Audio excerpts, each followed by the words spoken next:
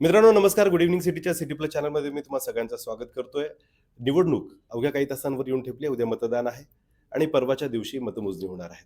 आता सध्या मी आहे माजी आमदार विजयराजे शिंदे यांच्यासोबत. ते भाजपचे जिल्हा प्रमुख आहेत आणि त्यांच्या अर्धांगिनी अर्पिताताई या नगराध्यक्ष पदाच्या निवडणुकीमध्ये उभ्या आहेत.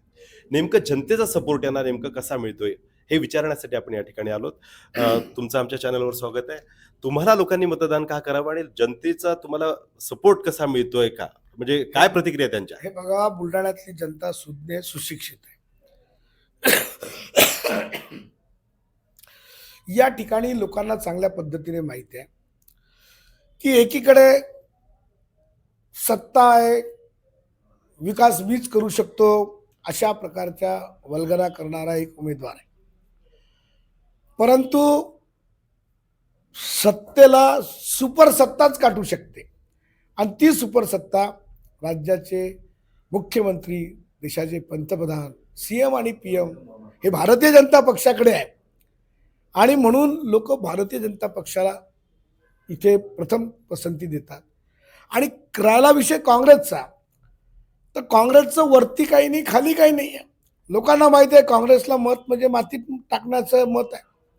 काँग्रेसला मतदान करून विकासाचा खेळ खंडोबा, विकासाचा बट्ट्याबोळ लोक करणार नाही आहे. आणि त्यामुळे भारतीय जनता पक्ष हाच सुपर सत्तेच्या माध्यमातून बुलढाणा शहराचा सुपर विकास करू शकतो हा विश्वास लोकांच्या मनामध्ये आहे. आणि ते काल राज्याचे महसूल मंत्री बावनकुळे साहेब यांनी स्वतः येऊन या ठिकाणी लोकांना सांगितलंय की भारतीय जनता पक्षाचा जर नगराध्यक्ष तुम्ही निवडून दिला तर या शहरातील सर्व निवासी अतिक्रमणं जी आहेत ती आम्ही कायमस्वरूपी त्यांना भाडेपट्टे देऊ. त्याचबरोबर पंतप्रधान आवास योजनेचे जे 30 लाख घरकुल महाराष्ट्रासाठी दिले त्यातले खास करून भारतीय जनता पक्षाचा नगराध्यक्ष दिला म्हणून 2000 घरकुलं विशेष बाब म्हणून बुलढाणा शहराला मंजूर करून देऊ. त्याचबरोबर त्यांनी सांगितलं की बुलढाणा शहरातील 5000 घरांना आम्ही मोफत सोलर प्लांट बसवून देऊ की ज्यांना 20 वर्ष 0% बिल येईल, 0%.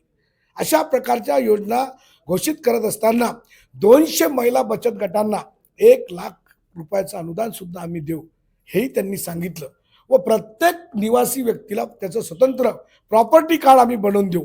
आजकाल लोकांजवळ फक्त खरेदी खत असते आणि नगरपालिकेचा नंबर 8 असतो.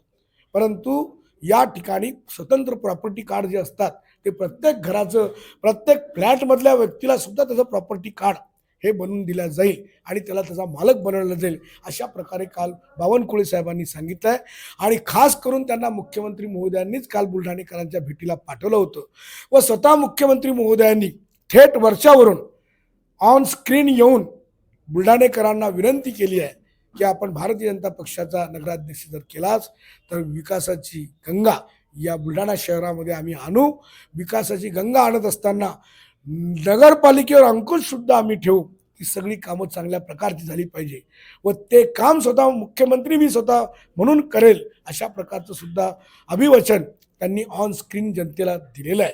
आणि म्हणून केंद्राच्या आणि राज्याच्या योजना यशस्वीपणे राबवण्यासाठी भारतीय जनता पक्षाच्याच नगराध्यक्षाला या ठिकाणी लोक पसंती 1 क्रमांक देतील हा विश्वास माझ्या मनामध्ये आहे. मुख्यमंत्री महोदयांचं अभिवचन आहे, बावनकुळे साहेबांचं आश्वासन आहे, तुमची विनवणी आहे, तुमचं पण आव्हान आहे.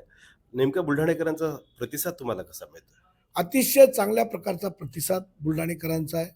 आणि बुलढाणेकर या हुकुमशाहीला, गुंडाशाहीला, या दडपशाहीला पूर्णपणे कंटाळलेले आहेत. बुलढाणा शहर हे भयमुक्त, भ्रष्टाचारमुक्त आणि नशामुक्त शहर निर्माण व्हावं अशा प्रकारची लोकांची अपेक्षा आहे. विकासाच्या नावावर ज्या गप्पा मारल्या जातात त्यांना आपण प्रश्न करा की बुलढाणा शहर जिल्ह्याचं ठिकाण आहे. दर आठवड्याला आठवडी बाजार इथे भरला जातो.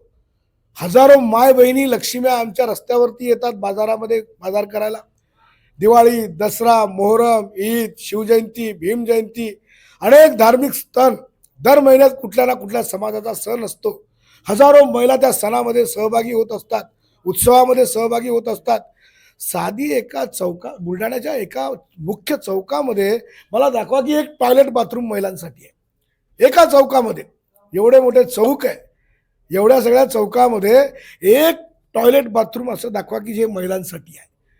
विकासाच्या गप्पा मारून साध्या नैसर्गिक गरजा मूलभूत सुविधा नाही म्हणत, नैसर्गिक गरजा सुद्धा भागवण्याची सेवा संधी या शहरामध्ये महिलांसाठी उपलब्ध नाही आहे.